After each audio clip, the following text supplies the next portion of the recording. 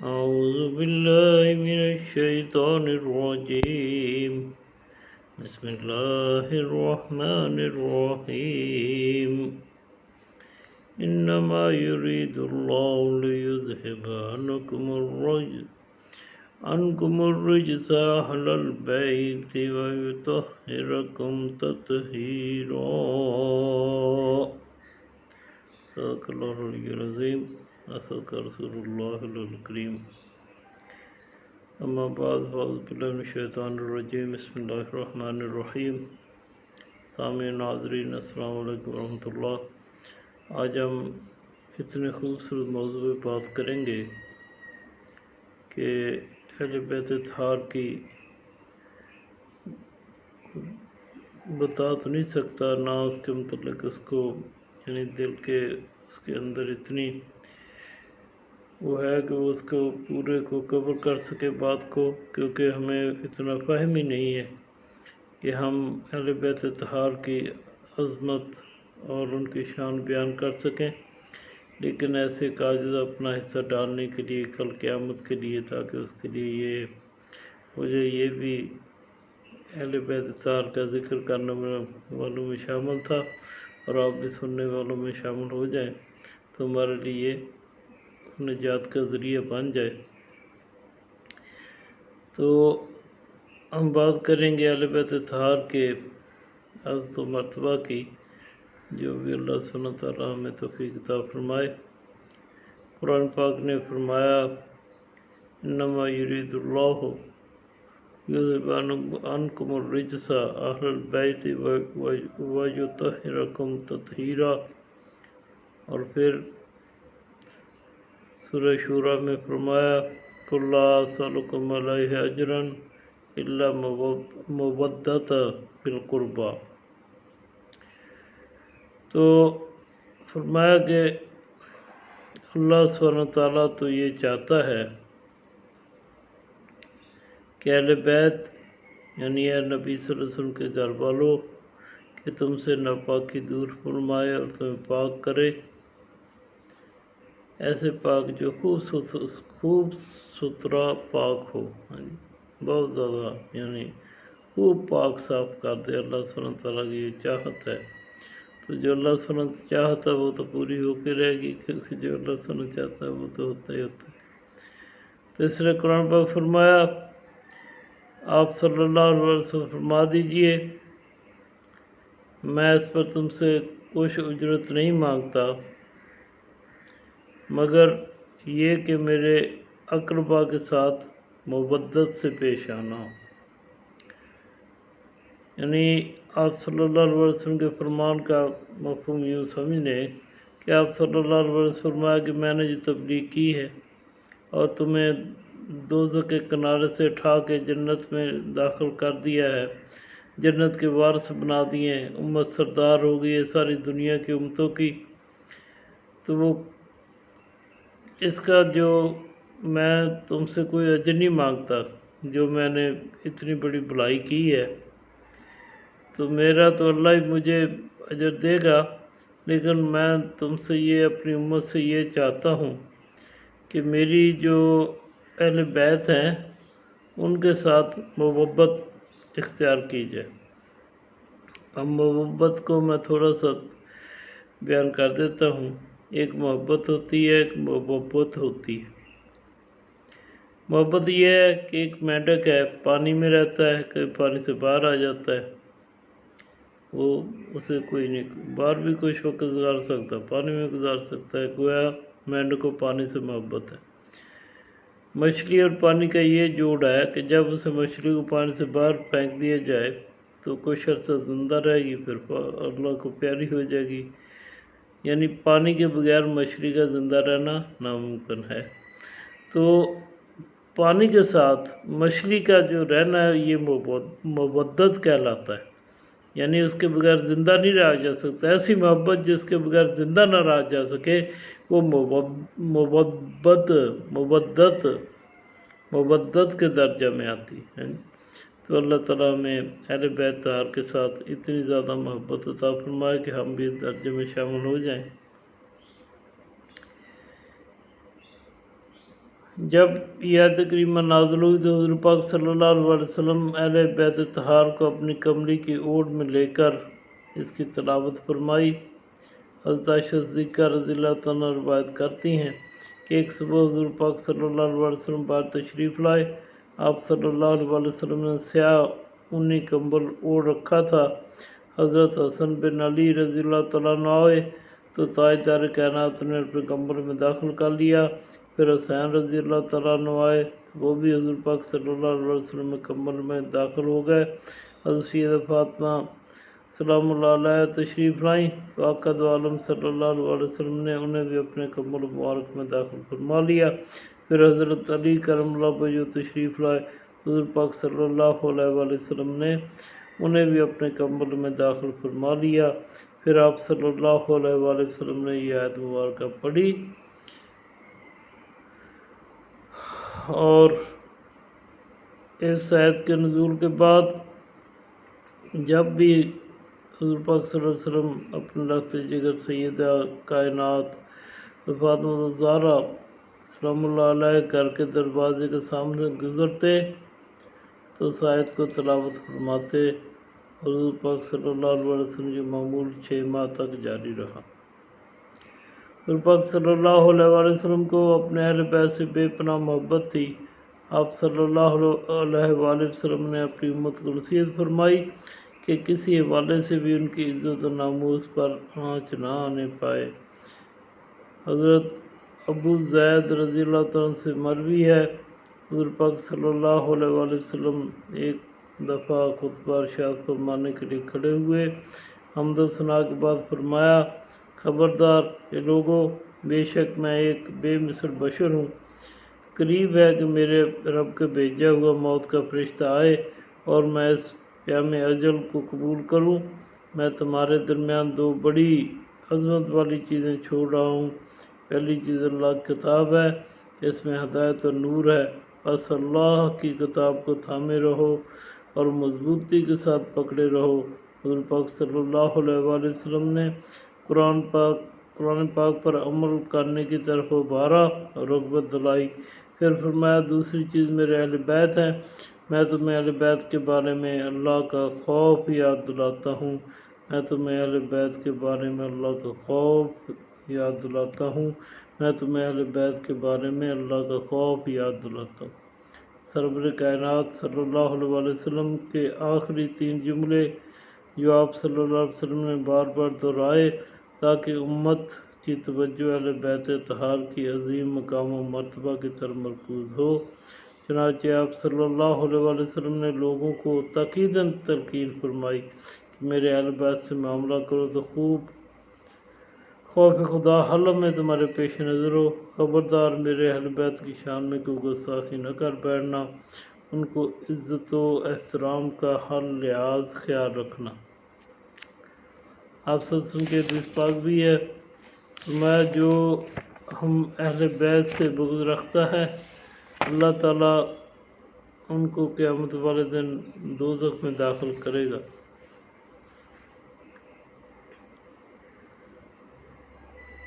پھر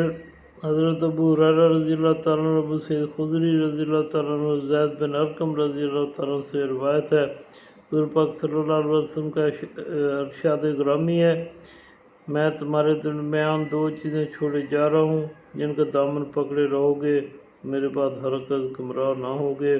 ان دونوں میں ایک دوسری سے بڑی ہے، ایک اللہ کی کتاب ہے جو زمین سے آسمان تک ایک لمبی رسی ہے،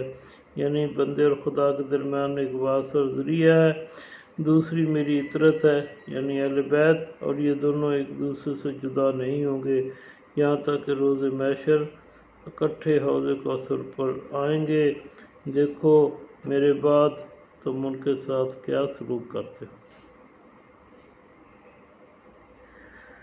اللہ سبحانہ تعالیٰ نے آپ صلی اللہ علیہ وسلم کی زبان سے یہ کلوایا، قُلْ لَا أَسْأَلُكُمْ عَلَيْهِ أَجْرًا إِلَّا مَوَدَّةَ فِي الْقُرْبَى، آپ فرما دیجئے یعنی تبلیغ رسالت پر میں تم سے کوئی بدلہ طلب نہیں کرتا مگر یہ کہ میرے قرابت دار ہیں ان کی محبت کو اختیار کرنا ہے جی۔ اس فرمان رسول صلی اللہ علیہ وسلم کی روح سے ہر مسلمان پر حضور پاک صلی اللہ علیہ وآلہ وسلم کے اہل بیت کی مبدت واجب ہے کہ یہ محبت حضور پاک صلی اللہ علیہ وسلم سے محبت ہے، اور حضور پاک صلی اللہ علیہ وسلم سے محبت قصر ایمان کی خشت اول ہے۔ اہل بیت کی محبت حب رسول صلی اللہ علیہ وسلم کے اصول کا بھی ذریعہ ہے۔ حضرت عبداللہ بن عباس رضی اللہ تعالیٰ عنہ سے روایت ہے، حضور پاک صلی اللہ علیہ وسلم فرمایا، اللہ رب العزت سے اس کی نعمتوں کی عطا کے باعث محبت کرو، اور مجھ سے اللہ تعالیٰ کی محبت کی خاطر محبت کرو، اور میرے اہل بیت سے میری محبت کی خاطر محبت کرو۔ یعنی اللہ سے محبت کرو کہ وہ تمہیں نعمت عطا کرتا ہے، اور مجھ سے محبت کرو کہ میں اللہ کا بھیجا ہوا رسول ہوں، اور میرے اہل بیت سے اس لیے محبت کرو کہ وہ میرے اہل بیت ہیں۔ ماشاءاللہ، نسبت کے حساب سے صلی اللہ علیہ وسلم نے امت کو درس دیا۔ حضور پاک صلی اللہ علیہ وسلم کے اس فرمان کے مطابق جو مومن اہل بیت سے محبت کرے گا وہ حضور پاک صلی اللہ علیہ وسلم کا محبوب ہوگا، جو حضور پاک صلی اللہ علیہ وسلم کا محبوب ہوگا وہ خدا کا محبوب ٹھہرے گا، اس کا مقرب و مقبول بندہ شمار ہوگا۔ حضرت ابوبکر صدیق رضی اللہ تعالیٰ کو قول ہے، حضرت محمد صلی اللہ علیہ وسلم کو ان کے اہل بیت میں تلاش کرو۔ یعنی کتنی بڑی بات ہے کہ جملے بند کر دی کہ آپ صلی اللہ علیہ وسلم کی ذات کو ان کے اہل بیت میں تلاش کرو، کہ جو آپ صلی اللہ علیہ وسلم کی ذات اقدس کو اللہ تعالیٰ نے شان عطا فرمائی ہے، وہ شانیں جو ہے نا وہ آپ کے اہل بیت میں سے آپ لوگوں کو ملیں گی۔ مختصر اس کا میں یوں تفسیر کرتا ہوں۔ جب حضور پاک صلی اللہ علیہ وسلم کی اہل بیت اہل کتاب کے ساتھ حضرت عیسیٰ علیہ السلام کے بارے میں گفتگو ہوئی، ان کے بہت بڑے آئے تھے نجران سے، ان کے قائد سمجھو عیسائیوں کے راہب آئے تھے، بہت بڑا وفد آیا تھا، تو انہوں نے آپ صلی اللہ علیہ وسلم سے حضرت عیسیٰ علیہ السلام کے معاملے میں جھگڑا کیا، تو آپ صلی اللہ علیہ وسلم نے فرمایا کہ وہ کہتے تھے کہ حضرت عیسیٰ علیہ السلام اللہ کے بیٹے ہیں، آپ صلی اللہ علیہ وسلم آیا تو نہیں، ان کے بیٹے نہیں ہیں، ان کے بندے ہیں، ان کے رسول ہیں۔ بہرحال وہ اس طرف وہ نہیں آئے، تو پھر اللہ تعالیٰ نے آپ کو کہا کہ انہیں مبالغہ کے چیلنج دے دیں، اور اس کا اللہ تعالیٰ نے باقاعدہ قرآن پاک میں آیت نازل فرما دی، فرمایا پس آپ کے پاس علم آ جانے کے بعد جو شخص عیسیٰ علیہ السلام کے معاملہ میں آپ سے جھگڑا کرے تو آپ فرما دیں کہ آ جاؤ، ہم مل کر اپنے بیٹوں کو اور تمہارے بیٹوں کو، اپنی عورتوں کو اور تمہاری عورتوں کو، اور اپنے آپ کو بھی ایک جگہ بلا لیتے ہیں، پھر ہم مباہلہ یعنی گڑ گڑا کر دعا کرتے ہیں اور جھوٹوں پر اللہ کی لعنت بھیجتے ہیں۔ جب یہ معاملہ طے ہو گیا تو پھر حضور پاک صلی اللہ علیہ وسلم اپنے اہل بیت کو جو لے کے آئے، ان میں اپنے گھر والوں کو جو لے کے آئے، حضرت فاطمہ رضی اللہ تعالیٰ عنہ، حسنین کریمین اور حضرت علی کرم اللہ وجہہ، اور آپ صلی اللہ علیہ وسلم کی ذات قدس تھی۔ جب عیسائیوں کے بڑے بڑے راہبوں اور انہوں نے دیکھا، ان کا بھی یہ تو ایسی شانوں والی ہستیاں ہیں، یعنی جنتی نفوس ہیں، اگر انہوں نے ایک دفعہ بھی ہمارے حق میں ایک بات کہہ دی تو ہم تو دنیا ہماری اجڑ جائے گی، اس لیے انہوں نے اس کے اوپر پھر آپ صلی اللہ علیہ وسلم سے معاہدہ کیا، جو کافی لمبی بات ہے۔ بہرحال اس میں جو آپ صلی اللہ علیہ وسلم اپنے اہل بیت کو لے کے آئے تو وہ حضرت فاطمہ رضی اللہ تعالیٰ عنہ، حسن رضی اللہ تعالیٰ عنہ، حسین رضی اللہ تعالیٰ عنہ اور علی کرم اللہ وجہہ تھے۔ قیامت کے دن دنیا کے سب رشتے ناطے ٹوٹ جائیں گے، وہ ہر طرف نفس نفسی کا عالم ہوگا، کوئی کسی کا پرسان حال نہ ہوگا، جیسے اللہ سبحانہ وتعالیٰ نے فرمایا، پھر جب سور پھونکا جائے گا تو ان کے درمیان اس دن نہ رشتے باقی رہیں گے، نہ وہ ایک دوسرے کا حال پوچھ سکیں گے، تو آقا دو عالم صلی اللہ علیہ وسلم کہ اہل بیت اطہار کا معاملہ اس کے برعکس ہوگا۔ حضرت عبداللہ بن زبیر رضی اللہ تعالیٰ سے روایت ہے، فرمایا میرے اہل بیت میری امت کے لیے امان ہے، اور فرمایا کہ جو میرے اہل بیت ہیں سب کا رشتہ جو ہے قیامت والے دن ختم ہو جائے گا، لیکن میرا ان کا رشتہ نسب قیامت کے دن بھی قائم رہے گا۔ حضرت عبداللہ بن زبیر رضی اللہ تعالیٰ عنہ روایت کرتے ہیں کہ آپ صلی اللہ علیہ وسلم فرمایا میرے اہل بیت میری امت کے لیے امان ہے، جب میرے اہل بیت صفحہ ہستی سے ناپائد ہو جائیں گے تو اہل زمین کی طرف دو نشانی آئیں گی جن کا ان سے وعدہ کیا گیا ہے۔ اہل بیت طاہر شفاعت مصطفیٰ صلی اللہ علیہ وسلم کے اولین حقدار ہیں۔ حضور پاک صلی اللہ علیہ وسلم کی شفاعت روز حشر سب سے پہلے اہل بیت کو ملے گی۔ صحابہ کرام رضوان اللہ اجمعین نے جب آیت تطہیر سنی تو انہوں نے عرض کیا یا رسول اللہ صلی اللہ علیہ وسلم اہل قرابت سے کون لوگ مراد ہیں جن کی محبت ہم پر واجب کی گئی ہے؟ آپ صلی اللہ علیہ وسلم فرمایا علی، فاطمہ اور ان کے دونوں بیٹے رضی اللہ عنہم۔ حضور پاک صلی اللہ علیہ وسلم فرمایا حسین مجھ سے ہے اور میں حسین سے ہوں، اللہ اس سے محبت کرے اور کرتا ہے جو حسین سے محبت کرتا ہے۔ آپ صلی اللہ علیہ وسلم فرمایا اہل بیت کی محبت سے میری محبت نصیب ہوتی ہے اور میری محبت سے اللہ کی محبت نصیب ہوتی ہے۔ حضرت ابو ذر رضی اللہ تعالیٰ سے روایت ہے کہ ایک دن انہوں نے کعبے کے دروازے کو پکڑ کر یوں بیان کیا کہ میں نے نبی کریم صلی اللہ علیہ وسلم کو یہ فرماتے ہوئے سنا کہ یاد رکھو تمہارے حق میں میرے اہل بیت کی وہی اہمیت ہے جو نوح کی کشتی میں